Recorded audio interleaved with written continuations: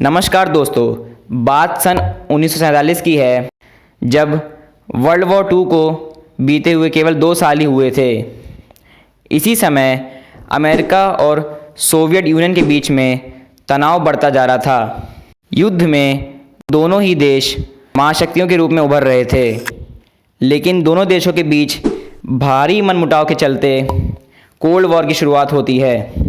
दोनों ही देश nuclear power बनाने में व्यस्त थे।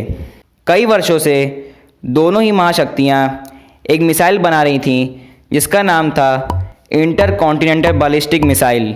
एक ऐसी मिसाइल जिसका इस्तेमाल न्यूक्लियर वेपन्स को डिलीवर करने के लिए किया जा सकता था, एक कॉन्टिनेंट से दूसरे कॉन्टिनेंट तक, चाहे अमेरिका से सोवियत यूनियन तक या फिर सोवियत यूनियन से अमेरिका तक।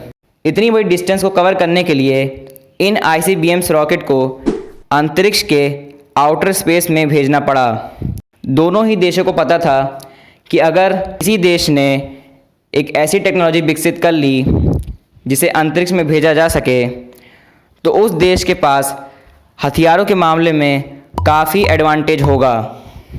इसलिए यही रीज़न है कि दोनों ही देश कंपटीशन में लग गए कि आखिर सबसे पहले कौन अंतरिक्ष में जाएगा, और यहीं से दोनों देशों के बीच स्पेस रेस की शुरुआत होती है। साल 1955 में अमेरिका ने अनाउंस किया अपने प्लान के बारे में कि वो आर्टिफिशियल सैटेलाइट को स्पेस में भेजेंगे। इसी अनाउंसमेंट के कुछ दिनों बाद सोवियत यूनियन ने कहा कि वो भी आर्टिफिशियल सैटेलाइट को स्पेस में भेजना चाहते हैं। 2 साल बाद यानी 1 अक्टूबर 1957 को सोवियत यूनियन इस रेस में आगे निकल गया। उसने इतिहास रच दिया स्पुतनिक 1 को बनाकर, यानी दुनिया की सबसे पहली आर्टिफिशियल सैटेलाइट।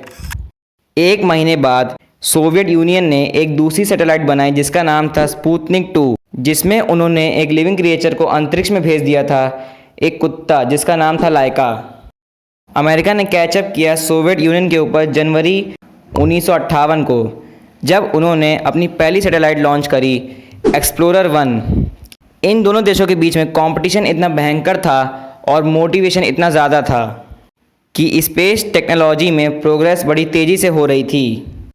इसी बीच इंडिया के एक साइंटिस्ट डॉक्टर विक्रम साराभाई, वो बड़े ही इंस्पायर होते हैं इन स्पेस टेक्नोलॉजी में डेवलपमेंट्स को देखकर।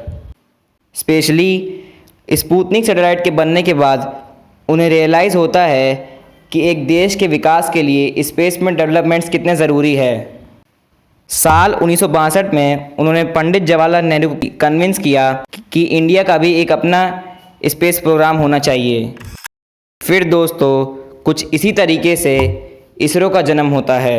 शुरुआत में इसरो का नाम होता है इंकोस्पार, यानी Indian national committee for space research. Prime minister Jawaharlal Nehru ने इसे सेटअप किया under the department of atomic energy, और डॉक्टर विक्रम साराभाई को इसका चेयरमैन बना दिया जाता है। और यही रीज़न है कि उन्हें हम आज के दिन भी जानते हैं as a father of Indian space programme. शुरुआती दौर में इंकोस्पार के पास बहुत ही लिमिटेड इंफ्रास्ट्रक्चर और रिसोर्सेज थे, और यही रीज़न है कि आपको कुछ ऐसी फ़ोटोज़ देखने को मिलेंगी जहाँ पे रॉकेट पार्ट्स को साइकिल्स और बुललॉक कार्ट्स पे ट्रांसपोर्ट किया जाता था। ऐसे ही इंकोस्पार को दूर कुछ गांव के चर्चों में बिशॉप घरों को अपना कंट्रोल रूम बनाना पड़ता है। और कुछ केस में तो यह भी पाया गया है कि बेंगलोर में टॉयलेट्स को हटाकर डेटा रिसीविंग सेंटर बनाया जाता है अपनी पहली सैटेलाइट आर्यभट्ट के लिए।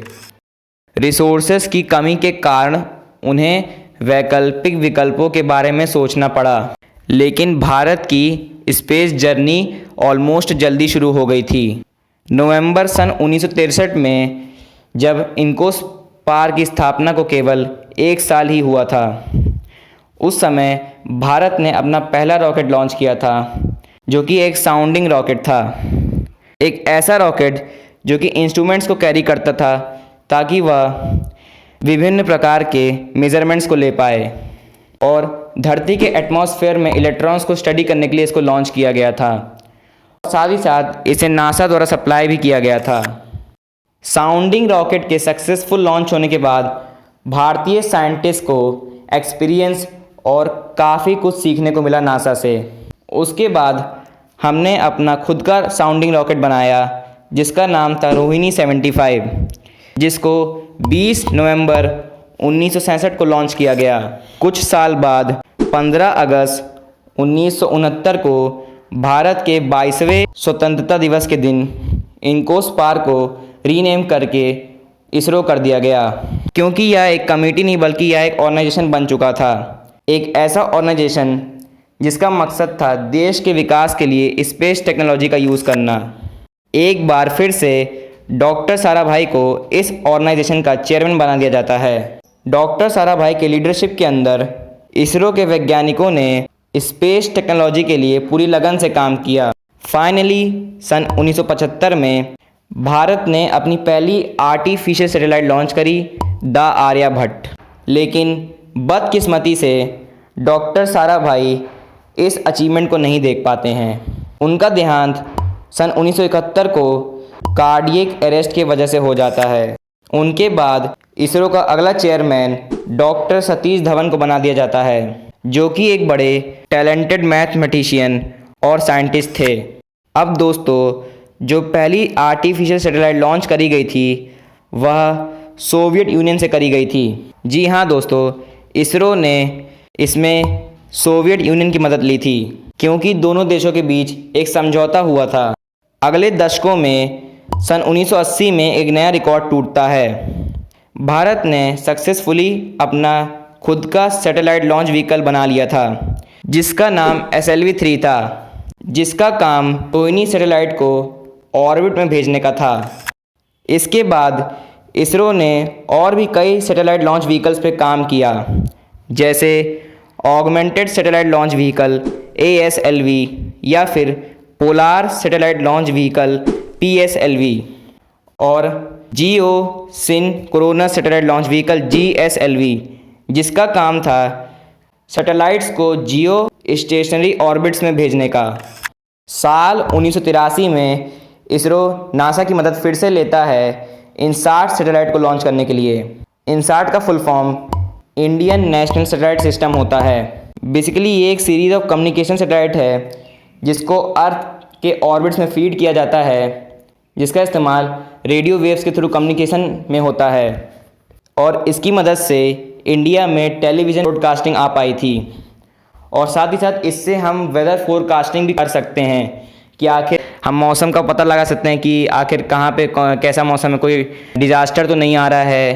पहली वार्निंग दी जा सकती थी इस सैटेलाइट के थ्रू। एक इंटरेस्टिंग चीज़ भी थी कि जहां अमेरिका और सोवियत यूनियन के बीच इतना ज़्यादा कंपटीशन था, वहीं इंडिया ने टाइम टू टाइम इन दोनों स्पेस एजेंसीज की मदद ली थी। अप्रैल साल 1984 में एक और रिकॉर्ड टूटता है। राकेश शर्मा, जो कि इंडियन एयरफोर्स के एक फॉर्मर पायलट थे, वो इकलौते और सबसे पहले इंडियन सिटीजन बन जाते हैं स्पेस में जाने वाले। वो एक्चुअली सोवियत यूनियन के सोयूज़ T-11 रॉकेट में बैठ कर गए थे as a part of Soviet Intercosmos program. अगले 2 दशकों में इसरो की गति बड़ी तेज़ी से बढ़ने लगती है। साल 2008 में चंद्रयान 1 मिशन सक्सेसफुल हो जाता है, इंडिया का पहला मिशन चांद पर, और यह एक टर्निंग पॉइंट बन जाता है ऑर्गेनाइजेशन के लिए। दुनिया को इसरो का पोटेंशियल पता चल जाता है। साल 2013 में भारत अपना पहला मार्स ऑर्बिट मिशन लॉन्च करता है और भारत इतिहास का सबसे पहला देश बन जाता है मार्स के ऑर्बिट में सक्सेसफुली एंटर होने के बाद पहले अटेम्प्ट में। इसरो को एज अ स्पेस एजेंसी दुनिया की टॉप स्पेस एजेंसीज में गिना जाने लगता है और इंडिया एक स्पेस सुपर पावर बन जाता है। यह मार्स मिशन कहीं ना कहीं ऐतिहासिक था। इंडिया चौथा कंट्री बन गया था मार्स के ऑर्बिट में जाने वाला, और हमने ये कर दिखाया था सिर्फ़ और सिर्फ $74 मिलियन में, जो कि बहुत कम कॉस्ट होती है। जो हॉलीवुड फिल्म बनी थी मार्शियन, जिसका बजट इंडिया के मिशन के बजट से भी ज़्यादा था, तकरीबन $108 मिलियन इस मूवी पर खर्च करे गए थे। धन्यवाद। उम्मीद करता हूँ आपको पूरी कहानी अच्छे से समझ में आई होगी। तो अगर आपको वीडियो अच्छी लगी हो तो इस वीडियो को एक लाइक कर दीजिएगा। साथ ही साथ कमेंट सेक्शन में बताइएगा कि मुझे नेक्स्ट टॉपिक कौन सा लाना चाहिए। मैं मिलता हूँ आपसे अगली वीडियो में, तब तक के लिए बाय बाय।